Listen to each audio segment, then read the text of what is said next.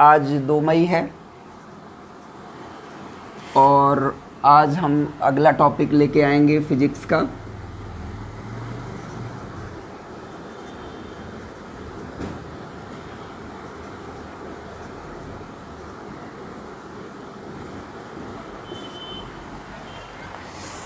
पिछले टॉपिक में हमने पढ़ा था कूलॉम इन्वर्स स्क्वायर लॉ और आज टॉपिक पढ़ेंगे नया टॉपिक इलेक्ट्रिक फील्ड और इलेक्ट्रिक फील्ड की इंटेंसिटी।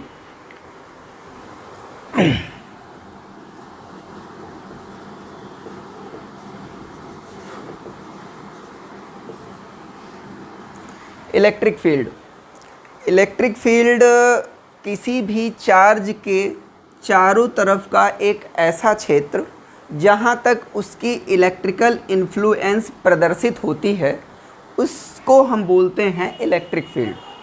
किसी भी चार्ज के कारण या चार्ज सोर्स के चारों तरफ का वह क्षेत्र जहाँ तक उसके इलेक्ट्रिकल फील्ड का, उसके इलेक्ट्रिकल इन्फ्लुएंस का प्रभाव प्रदर्शित होता है उसे हम बोलते हैं electric field. The region around a charge up to which it shows its electrical influence is called its electric field. Electric field में दो चीज़ें जान लेना ज़रूरी है।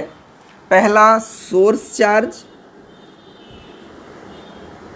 और दूसरा टेस्ट चार्ज। सोर्स चार्ज क्या है?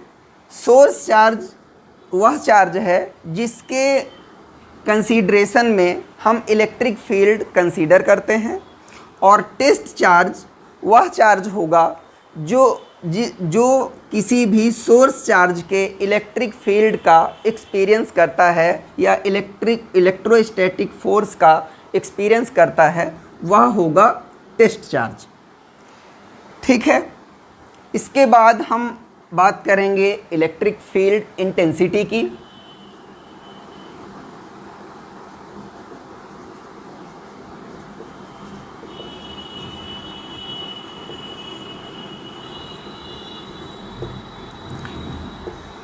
अगली डिफिनीशन हम पढ़ते हैं। अगला टॉपिक है इलेक्ट्रिक फील्ड इंटेंसिटी का। तो इलेक्ट्रिक फील्ड इंटेंसिटी की डिफिनीशन हम लिखने के लिए एक कीवर्ड यूज कर सकते हैं। इसकी डिफिनीशन E = F/Q0। डिफिनीशन को डिफ़ाइन करने के लिए ये कीवर्ड E = F/Q0 रखते हैं और इसी को हम डिफ़ाइन करेंगे। काफ़ी आसानी से डिफिनीशन बना सकते हैं इसकी। तो electric field intensity at a point is defined as any electric field is defined as the ratio of force acting on a test charge placed in an electric field to the magnitude of test charge. Also, electric field intensity is defined as or strength of electric field is defined as the ratio of electrostatic force to the test charge. Suppose a source charge is Q and its electrical field, this area is electric field, and a test charge whose magnitude is Q0 is placed at a point inside a electric field, then and force acting on test charge Q0 is F, then we define it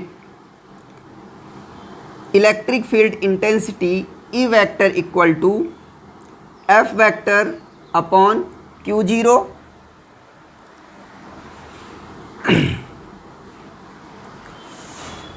in magnitude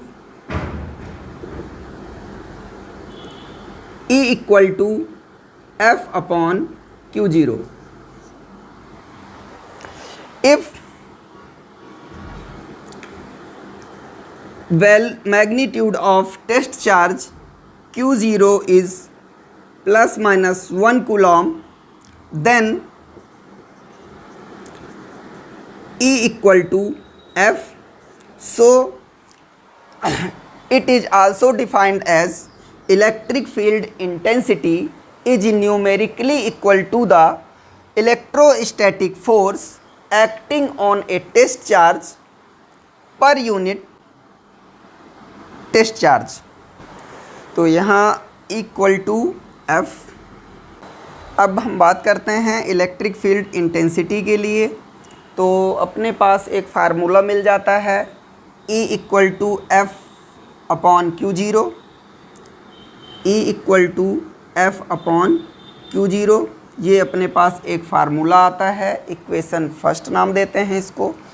इसके तहत हम अब बात करेंगे electric field intensity के unit के बारे में, इसके नेचर के बारे में और डायमेंशनल फार्मूले के बारे में। तो इलेक्ट्रिक फील्ड इंटेंसिटी एक वेक्टर क्वांटिटी है। इलेक्ट्रिक फील्ड इंटेंसिटी एक वेक्टर क्वांटिटी है। अब इसकी यूनिट के बारे में हम बात करते हैं। तो इलेक्ट्रिक फील्ड इंटेंसिटी की यूनिट हम इक्वेशन फर्स्ट की हेल्प से F इक्वल टू Q0 के द्वारा निकालते हैं। काफ़ी आसान है। F इसकी यूनिट, फोर्स की यूनिट होती है न्यूटन और चार्ज की यूनिट होती है कूलाम। मतलब इलेक्ट्रिक फील्ड इंटेंसिटी की जो यूनिट आएगी, unit of electric field intensity, electric field intensity वो होगी न्यूटन पर कूलाम। अब बात करते हैं हम dimensional formula of electric field की। तो डायमेंशनल फार्मूला इलेक्ट्रिक फील्ड का निकालने के लिए dimensional formula of electric field, ये भी हम इक्वेशन फर्स्ट यानी कि F अपॉन Q0 की हेल्प से निकालेंगे। Dimensional formula of electric field equal to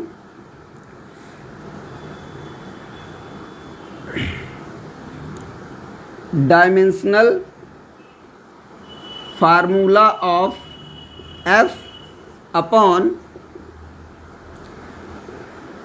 dimensional formula of test charge Q0। Force का डायमेंशनल फार्मूला होता है mL(T-2) और टेस्ट चार्ज यानी कि चार्ज का डायमेंशनल फार्मूला होता है AT।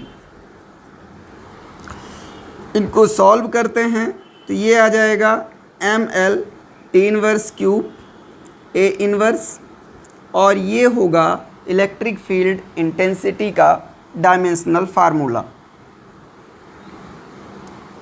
मतलब dimensional formula of E equal to mL T−3 A−। अगर ऑब्जेक्टिव में पूछा जाता है, अपने को नहीं याद है, तो बिल्कुल परेशान होने की ज़रूरत नहीं है।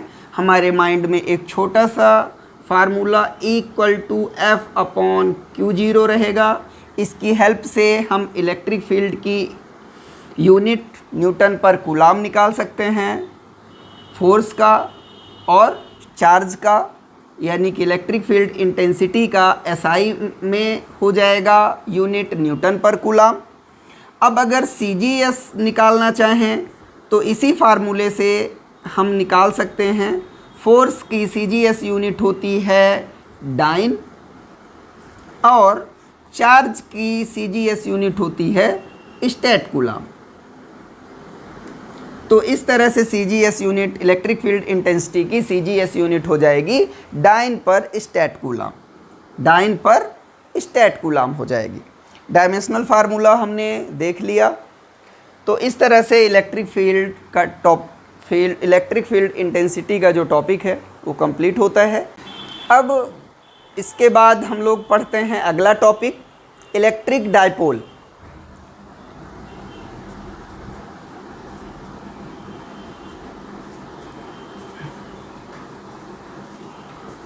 इलेक्ट्रिक डायपोल की, तो इलेक्ट्रिक डायपोल के डिफिनीशन के लिए एक सरल सा हिंट हम तैयार कर लेते हैं।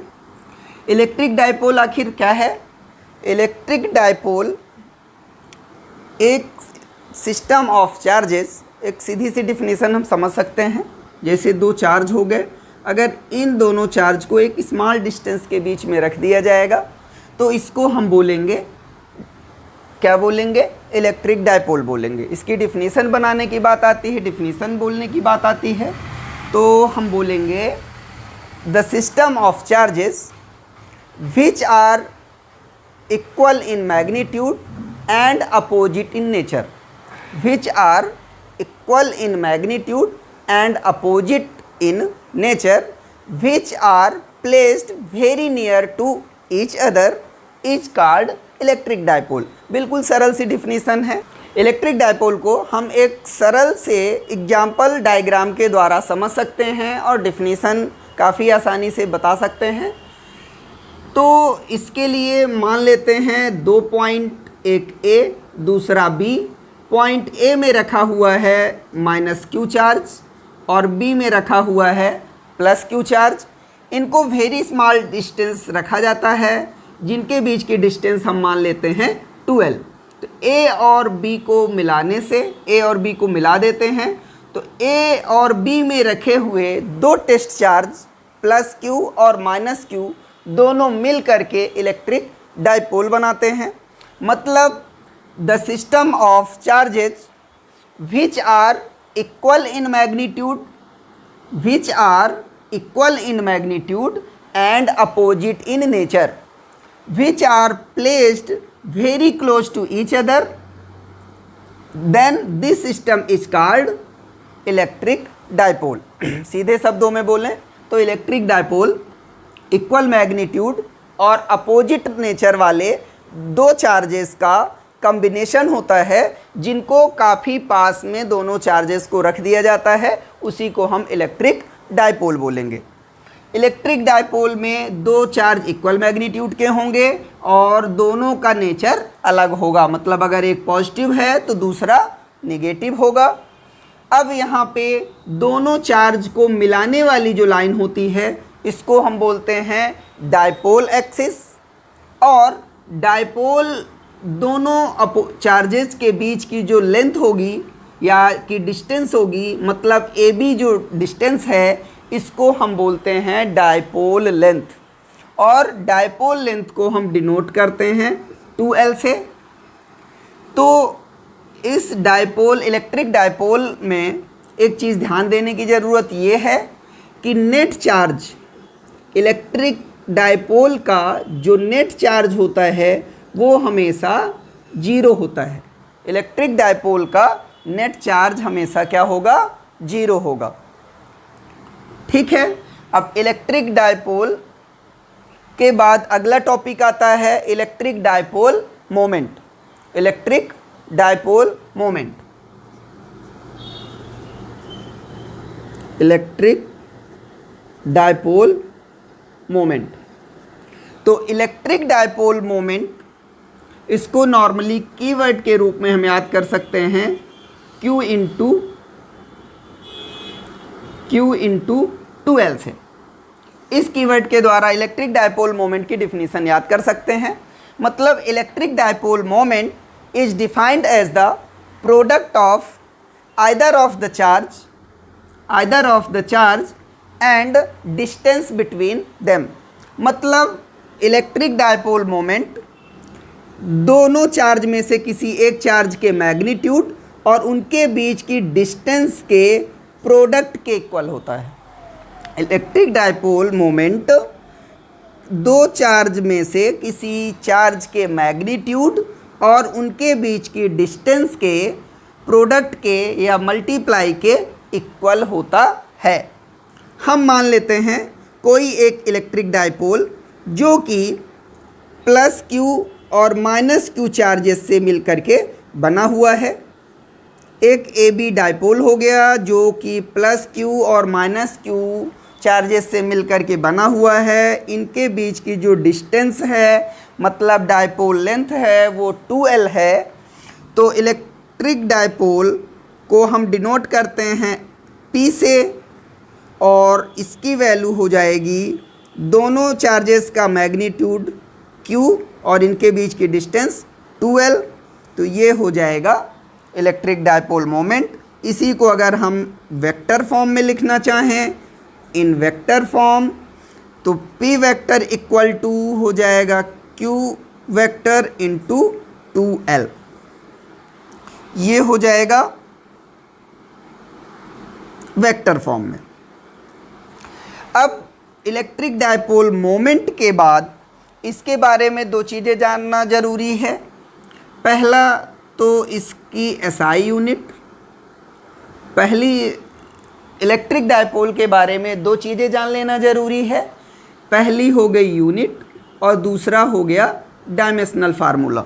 तो यूनिट के लिए बात करें तो P की यूनिट Q इंटू 2L, तो SI यूनिट में कूलाम और डिस्टेंस के लिए हम यूज करेंगे मीटर।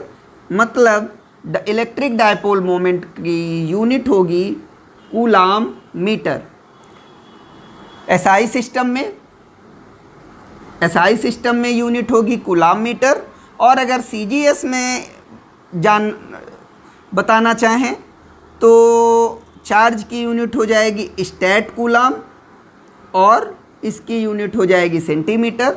तो stat coulomb centimetre SI system में यूनिट हो जाएगी। फिर आते हैं डायमेंशनल फार्मूले में। तो dimensional formula of electric dipole मतलब कि P, इसकी वैल्यू हो जाएगी निकालने के लिए डायमेंशनल फार्मूला ऑफ चार्ज मतलब Q और डायमेंशनल फार्मूला ऑफ 2L। तो चार्ज का डायमेंशनल फार्मूला होता है 80 और डिस्टेंस का डायमेंशनल फार्मूला होगा L। कुल मिला के ओवरऑल इसको लिखना चाहें तो M0 L T A, ये ओवरऑल डायमेंशनल फार्मूला बनेगा इलेक्ट्रिक डायपोल मोमेंट का। इसके बाद हम आज के वीडियो में एक इम्पोर्टेंट बात शेयर करने जा रहे हैं।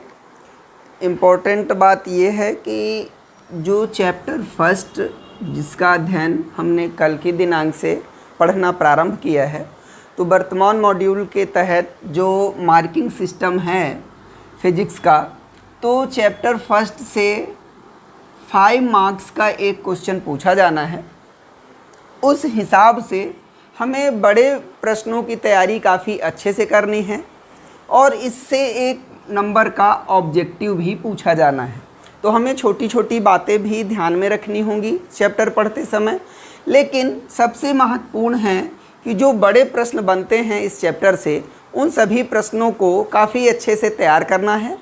तो उन प्रश्नों में आज हम चर्चा करने वाले हैं सबसे महत्वपूर्ण टॉपिक जो ज़्यादातर परीक्षाओं में कई बार पूछा गया है।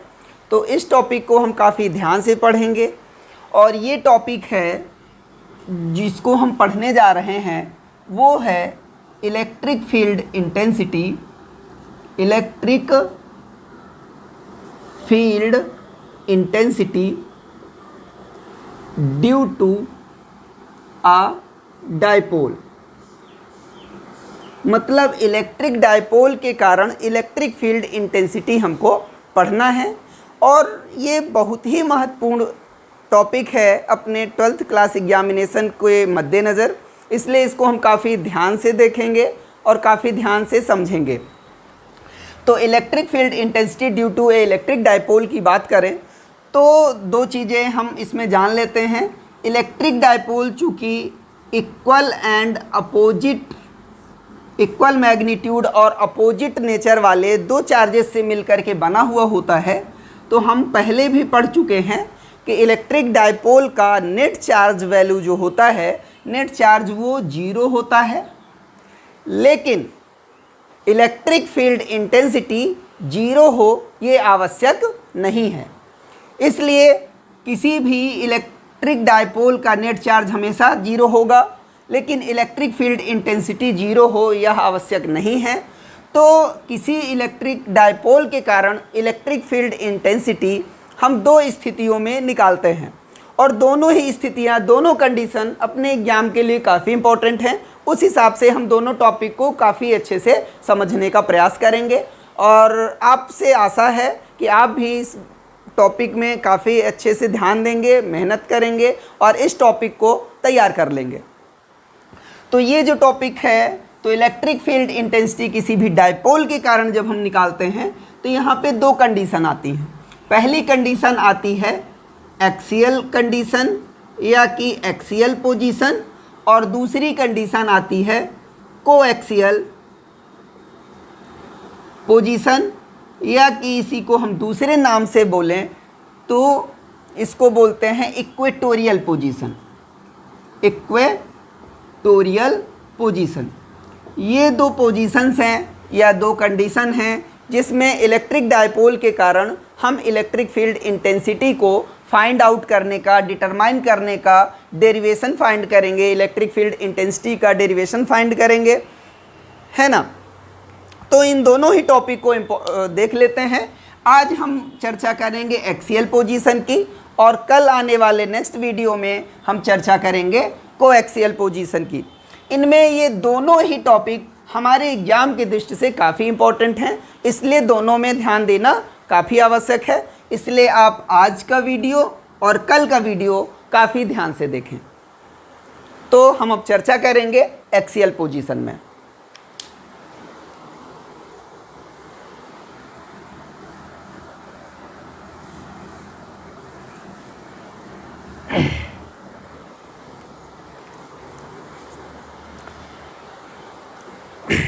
तो आज का महत्वपूर्ण टॉपिक जो है वो एक्सियल पोजीशन के कारण इलेक्ट्रिक फील्ड इंटेंसिटी पता करना है एक्सियल पोजीशन में। तो एक्सियल पोजीशन क्या होती है देखते हैं हम। मानते हैं कोई एक इलेक्ट्रिक डायपोल है जो कि प्लस क्यू और माइनस क्यू से मिलकर के बना हुआ है। एक इलेक्ट्रिक डायपोल हो गया ए बी जो प्लस क्यू और माइनस क्यू चार्जेस से मिलकर के बना हुआ है। ये दोनों चार्ज एक दूसरे से स्मॉल डिस्टेंस 2L की डिस्टेंस में रखे हुए हैं, तो इसे हम बोलेंगे डायपोल लेंथ। अब बात करते हैं एक्सियल पोजीशन क्या है। तो दोनों ही चार्जेस को मिलाने वाली जो लाइन होती है उसको हम बोलते हैं एक्सियल लाइन, और जहाँ पर हमको इलेक्ट्रिक फील्ड इंटेंसिटी पता करनी है, अगर वह पॉइंट इसी एक्सियल लाइन में या इस एक्सियल लाइन को आगे बढ़ाने पर किसी एक स्थान पर वह स्थित है पॉइंट, तो उस पॉइंट को, उस पोजीशन को हम बोलेंगे एक्सियल पोजीशन। तो मान लेते हैं, हमने मान लिया है ए बी एक डायपोल है जो प्लस क्यू और माइनस क्यू चार्जेस से मिलकर के बना हुआ है। इसकी डायपोल लेंथ है 2L। अब हम एक पॉइंट लेते हैं पॉइंट P, जहां पर हमको इलेक्ट्रिक फील्ड इंटेंसिटी इस डायपोल AB के कारण फाइंड करनी है। यह पॉइंट P जहां हमको इलेक्ट्रिक फील्ड इंटेंसिटी फाइंड करनी है, यह पॉइंट डायपोल के मिड पॉइंट O से R डिस्टेंस की दूरी पर है। स्मॉल डिस्टेंस हमने ले लिया R, ये इस पॉइंट जो कि डायपोल के मिड पॉइंट से कितनी दूरी पर है, स्मॉल r की दूरी पर है। और यह पूरा डायपोल सिस्टम रखा हुआ है किसी भी डाइलेक्ट्रिक कांस्टेंट मीडियम K के अंदर। मतलब डायपोल के चारों तरफ का जो मीडियम है उसका कांस्टेंट जो है वो K है। तो हम ये चीज़ काफ़ी अच्छे से समझ में आपको आ गई होगी, डायग्राम समझ में आ गया है। तो इसको एक बार हम फिर से डिफाइन कर लेते हैं। एक ए बी चार्ज ले लिया, तो इस डायग्राम में अब हम बात करते हैं तो एक्सियल पोजीशन में इलेक्ट्रिक फील्ड इंटेंसिटी। तो यहाँ पे दो पॉइंट चार्ज हैं। एक पॉइंट चार्ज ए में रखा हुआ है जिसका मैग्नीट्यूड जो प्लस क्यू है, और बी में रखा हुआ है उसकी चार्ज वैल्यू माइनस क्यू है। तो दोनों के कारण, दोनों पॉइंट चार्ज के कारण पहले हम अलग अलग इलेक्ट्रिक फील्ड इंटेंसिटी निकाल लेते हैं। इसके बाद दोनों को सम आउट करके नेट इंटेंसिटी डायपोल के कारण निकाल लेंगे। तो electric field intensity at point P due two plus Q charge placed eight A। Point charge के कारण इलेक्ट्रिक फील्ड इंटेंसिटी हमने माना E1, ये होगी 1/4πε0 K Q/AP²। अब इस इलेक्ट्रिक फील्ड इंटेंसिटी की जो डायरेक्शन होगी, तो इलेक्ट्रिक फील्ड इंटेंसिटी की डायरेक्शन हमेशा चार्ज से पॉइंट की ओर होती है, यानी जिस डायरेक्शन में फोर्स लगता है तो यहाँ फोर्स लगेगा AP डायरेक्शन में, तो इलेक्ट्रिक फील्ड इंटेंसिटी की डायरेक्शन होगी A से P की ओर। E1 = 1/4πε0 K Q/AP², जहाँ पर where K is dielectric constant of medium. जिस मीडियम में रखा गया है डायपोल को, उस मीडियम का डाइलेक्ट्रिक कांस्टेंट K है। हेयर AP की जो वैल्यू होगी, तो AP की वैल्यू डायपोल के मिड पॉइंट से हम निकालते हैं, तो AP = OP - OA हो जाएगा। तो AP की वैल्यू आ जाएगी R - OP की पूरी वैल्यू कितनी हो गई R, और OA की वैल्यू, चूँकि टोटल डिस्टेंस AB की 2L है, तो मिड पॉइंट में इसकी डिस्टेंस L होगी, तो OA की वैल्यू हम रख सकते हैं, कितना रख सकते हैं L। अब यही AP की वैल्यू इक्वेशन फर्स्ट में पुट करते हैं, तो E1 = होगा 1/4πε0 K × Q/R-L²। ये हो जाएगा इक्वेशन सेकंड। मतलब पॉजिटिव चार्ज प्लस Q के कारण P पॉइंट में लगने वाली इलेक्ट्रिक फील्ड कितना हो जाएगा, 1/4πε0 K Q/R-L², इक्वेशन सेकंड। इसी तरह से सेम हम निकालेंगे B पॉइंट में रखे हुए -Q चार्ज के कारण electric field intensity P point पर। तो electric field intensity at point P due to -Q charge placed at B। मतलब B पर रखे हुए -Q चार्ज के कारण P पॉइंट पर इलेक्ट्रिक फील्ड इंटेंसिटी अब हम निकालेंगे। इसको हम डिनोट करते हैं E2 से, तो E2 = हो जाएगा 1/4πε0 K Q/BP²। अब यहाँ डायरेक्शन इलेक्ट्रिक फील्ड E2 की होगी P से B की ओर। चूँकि यहाँ निगेटिव चार्ज है तो फोर्स पॉजिटिव टू निगेटिव लगता है, तो इसकी डायरेक्शन हो जाएगी, इलेक्ट्रिक फील्ड इंटेंसिटी की डायरेक्शन हो जाएगी अलोंग PB, जहाँ K क्या होगा, डाइलेक्ट्रिक कांस्टेंट मीडियम का डाइलेक्ट्रिक कांस्टेंट मीडियम होगा। यहाँ हम BP की वैल्यू निकालेंगे, तो BP =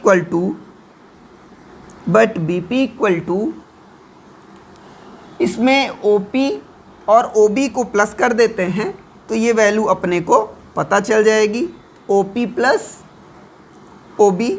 OP की वैल्यू हमको पता है R, और OB की वैल्यू हो जाएगी L। तो इक्वेशन थर्ड में वैल्यू पुट करते हैं, तो E2 की वैल्यू हो जाएगी 1/4πε0 K Q/R+L²,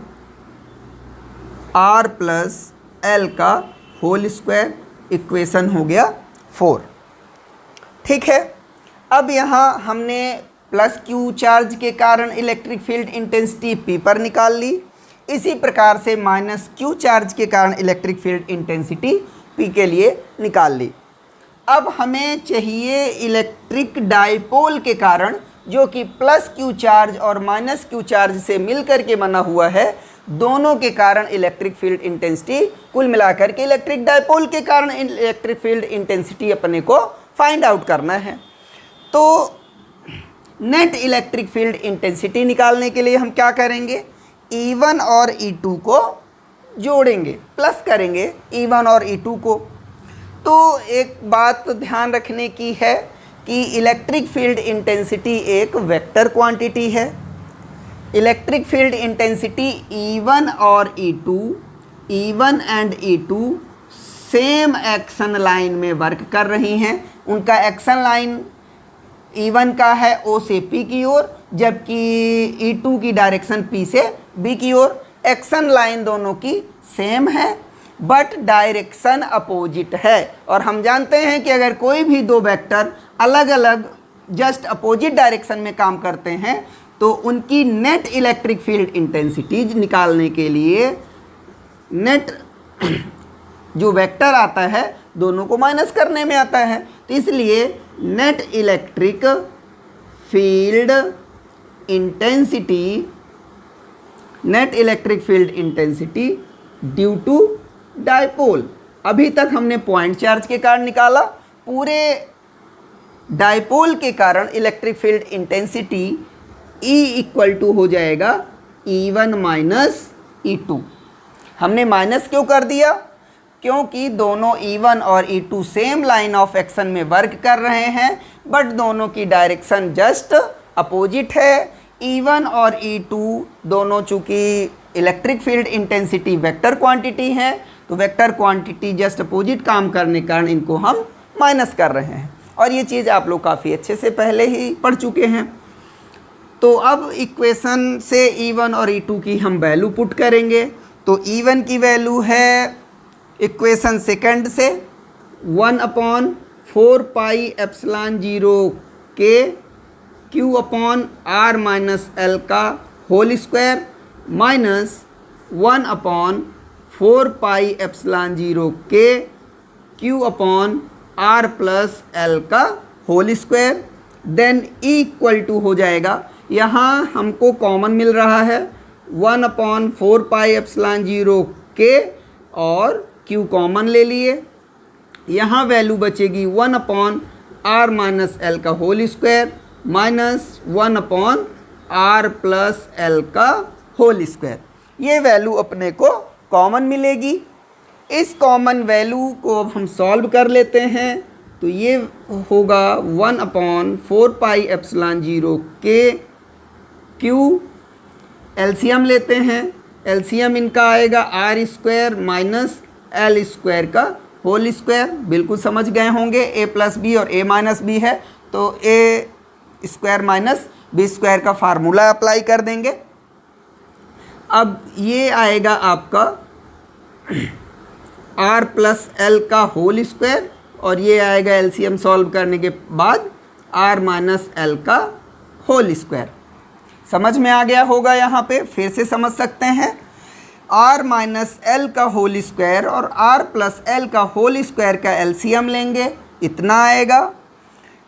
R minus L का होल स्क्वायर को डिवाइड करेंगे तो हमको यही वैल्यू मिलेगी, इसलिए इसका 1 से इनटू कर दिए, जो वैल्यू यहाँ रख दी गई है। इसी तरह से जब इसका डिवाइड एलसीएम में करेंगे तो हमको ये वाली वैल्यू मिलेगी, तो इस वैल्यू का इनटू करेंगे 1 से तो ये वैल्यू आ जाएगी। अब यहाँ पे इक्वल टू होगा 1/4 पाई एप्सिलॉन 0 के Q, ये होगा R square plus L square plus 2RL A plus B का होल स्क्वायर का फार्मूला माइनस ये होगा A square plus B square minus 2AB मतलब कि 2RL हो जाएगा upon R square minus L square का होल स्क्वायर हो जाएगा। अब यहाँ पे इक्वल टू हो जाएगा 1/4 पाई एप्सिलॉन 0 के into Q R square plus L square plus 2RL minus R square minus L square plus 2RL upon R square minus L square का whole square. Same and opposite sign R square positive negative cancel out होंगे। इसी तरह से L square और L square positive negative होने के कारण cancel out होंगे। तो E इक्वल टू आ जाएगा 1/4πε0 K into Q 4RL upon R square minus L square का होल स्क्वायर। ये वैल्यू होगी E इक्वल टू 1/4πε0 K। इसको हम कुछ इस तरह से Q into 2L into 2R के फॉर्म में कन्वर्ट कर सकते हैं। Q 4RL को 2L into 2R upon R square minus L square का होल स्क्वायर। अब इस इक्वेशन को हम आगे ले जाएंगे तो ये वैल्यू हो जाएगी E equal to 1/4πε0 K। Q into 2L की वैल्यू हम जानते हैं डायपोल मोमेंट P की इक्वल होगी P into 2R upon R square minus L square का whole square. Q into 2L की value because P equal to होता है Q इंटू 2L मतलब डायपोल मोमेंट के इक्वल। तो ये हमारे पास एक नया इक्वेशन आ जाता है, इक्वेशन नंबर 5। तो इलेक्ट्रिक फील्ड इंटेंसिटी के लिए एक मेन डेरिवेशन अपने को मिल जाता है E इक्वल टू 1/4πε0 के P into 2R R square minus L square का होल स्क्वायर। इसकी यूनिट इलेक्ट्रिक फील्ड इंटेंसिटी की यूनिट न्यूटन पर कूलम। हमेशा हमें ध्यान देना है जब कोई मेन डेरिवेशन हम लिख रहे हों तो उस समय हमें उसकी यूनिट ज़रूर लिखना चाहिए। बाकी हर स्टेटमेंट में हर लाइन में यूनिट लिखने की आवश्यकता नहीं रहती है, लेकिन जब कोई फाइनल डेरिवेशन हम पुट आउट कर रहे हों उस कंडीशन में उसकी यूनिट लिख देनी चाहिए। अब यहाँ पे बहुत सारी कंडीशंस हैं। अब इससे बहुत सारे इक्वेशन वेरियस फॉर्म में हम लिख सकते हैं। वो आपके ऊपर है कि आप किस किस फॉर्म में उस इक्वेशन को शो करना चाहते हैं, लिखना चाहते हैं। तो यहाँ पे अगर बात होती है तो सबसे पहले तो K की वैल्यू फॉर एयर और वैक्यूम K की वैल्यू 1 होती है SI सिस्टम के लिए। ये वैल्यू पुट कर देंगे तो हमें एक इक्वेशन मिल जाएगा 1/4πε0 K की वैल्यू हो गई 1 तो P into 2R upon R square minus L square का होल स्क्वायर। ये एक नया इक्वेशन नंबर 6 मिल जाएगा, unit newton per coulomb in SI system.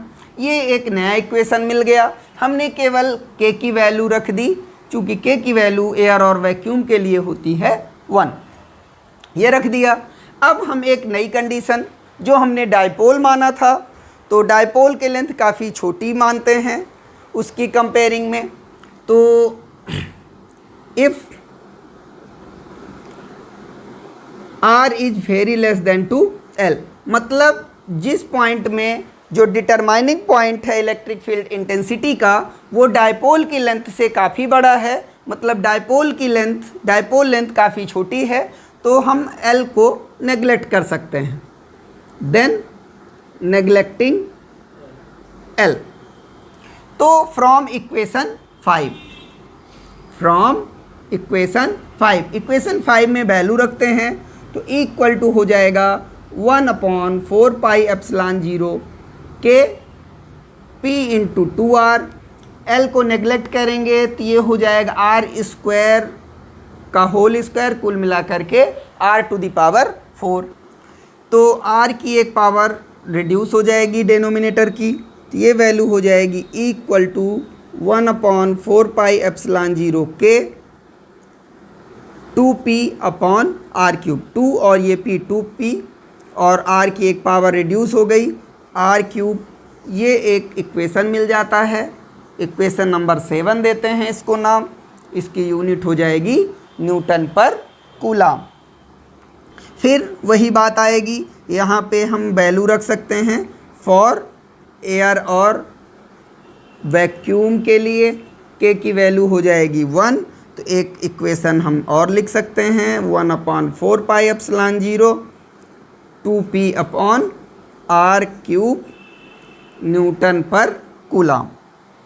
अब इसी इक्वेशन को इलेक्ट्रिक फील्ड इंटेंसिटी चूँकि वेक्टर क्वांटिटी है, इन सारे इक्वेशंस को अगर हम वेक्टर फॉर्म में रखना चाहें तो इन vector form E vector equal to होगा 1/4 pi epsilon 0 2p/r³ unit vector p, जहाँ पे p एक यूनिट वेक्टर होगा। यूनिट वेक्टर किसका होगा? ये p का, यानी कि इलेक्ट्रिक डायपोल मोमेंट का यूनिट वेक्टर होगा। तो इलेक्ट्रिक फील्ड इंटेंसिटी की जो डायरेक्शन होगी तो उसी दिशा में होगी जिस दिशा में इलेक्ट्रिक डायपोल मोमेंट काम कर रहा होगा। तो इस तरह से ये टॉपिक इलेक्ट्रिक फील्ड इंटेंसिटी का एक्सियल पोजीशन में हमने फाइंड किया। तो इसके इक्वेशन नंबर 5, 6, 7, 8 एंड 9, ये 4-5 इक्वेशन जो आए हैं ये वेरियस फॉर्म है इलेक्ट्रिक फील्ड इंटेंसिटी के। मतलब equation 5, 6, 7, 8 and 9 are the various form of equations for electric field intensity due to electric dipole at given point. और ये पॉइंट जो डेरिवेशन हमने ये पढ़ा है इलेक्ट्रिक फील्ड इंटेंसिटी का, तो पढ़ाने से पहले भी हमने आपको बताया था कि काफ़ी इम्पॉर्टेंट है अपने एग्ज़ाम के लिए। तो प्लीज़ इस चैप्टर को में से इस टॉपिक को काफ़ी ध्यान से पढ़ना है और कई बार रिवाइज करके अपने को तैयार कर लेना है। ठीक है फ्रेंड्स, अब हम इसके बाद पढ़ेंगे अगला टॉपिक, कोएक्सियल कंडीशन में इलेक्ट्रिक फील्ड फाइंड करने का डेरिवेशन, जो कि कल अगले वीडियो में हम लोग पढ़ेंगे। तब तक के लिए धन्यवाद, मिलते हैं कल अगले वीडियो में।